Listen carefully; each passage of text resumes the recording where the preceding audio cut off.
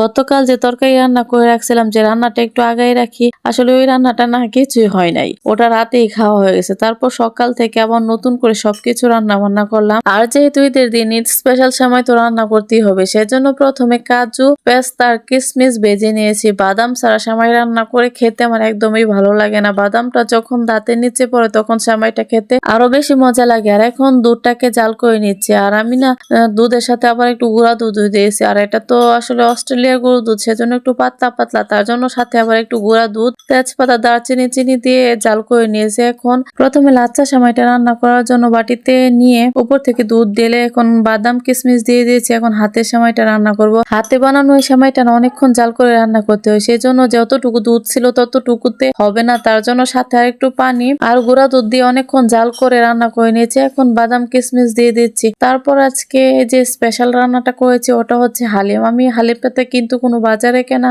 মশলা দিই না, এটা আমি আমার মতো করে রান্না করি। আজকে গরুর মাংস আর ওই যে নুডলস এর 2টা মশলার প্যাকেট দিয়ে দিয়েছিলাম। এটা খেতে এত মজা হয়েছে, আমার ছেলে তো আজকে খেয়ে বলতেছে যে আম্মু তুমি তো হালিমের দোকান দিলেই পারো। এখন বুঝেন আমি এটা আমার মতো করে একদম বাহিরের কোনো কেনা মশলা দিই না, রান্না করি, তারপরেও খেতে এত মজা হয়। আপনারাও একদিন একদম মাংস যা দিয়ে রান্না করেন সেসব মশলা দিয়ে, শুধু ডালটা দিয়ে তারপর হওয়ার আগ মুহূর্তে নুডলস এর মশলা দিয়ে রান্না করে খেয়ে দেখবেন, খুবই ভালো লাগবে। আমার তো ভীষণ ভালো লাগে। তারপর সকালবেলা শুধু তো আমরা খেলেই হবে না, মেয়ের জন্য কিছু একটা করতে হবে। তার জন্য তো গতকালকে একটু মুরগির মাংস রেডি করে রাখছিলাম, এটা দিয়ে 2-3 পাউরুটি ভেজে দিয়েছি, সে এটাই খেয়েছে। আর তারপর আবার গরুর মাংস ভাত রান্না করেছি, তবে ভিডিও করতে পারি না, আমার মেয়ে ফোনটা নিয়ে গেছিল, সেটা দেখেছে। সবশেষে পিঠাগুলো ভেজে নিচ্ছি। এই পিঠাগুলো তো ঈদের দিন না বাজলে ঈদ মনেই হয় না।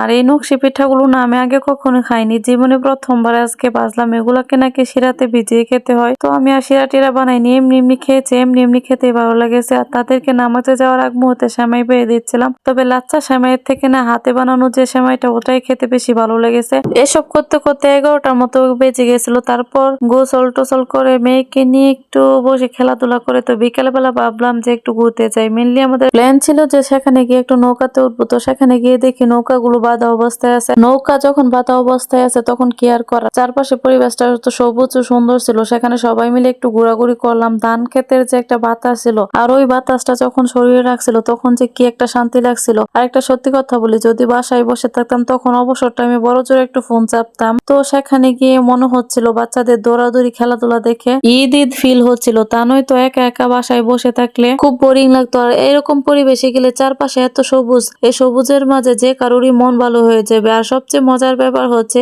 বাঁশের একটা সেতু দেখতে পাচ্ছেন, আমরা যেহেতু মানুষ অনেকজন, তাই জন্য একজন একজন করে যাচ্ছিলাম, সবাই মিলে একসাথে যেতে খুব ভয় লাগছিল। আর সবশেষে আমরা বাসায় ফিরে আসছি। অবশ্য অন্য আরো অনেক বাসায় গিয়েছি, তবে সব জায়গায় তো আর ভিডিও করা সম্ভব না। এভাবে আজকে ঈদের দিনটি আমার কেটে গেল। আপনাদের কেমন কাটলো অবশ্যই জানাবেন।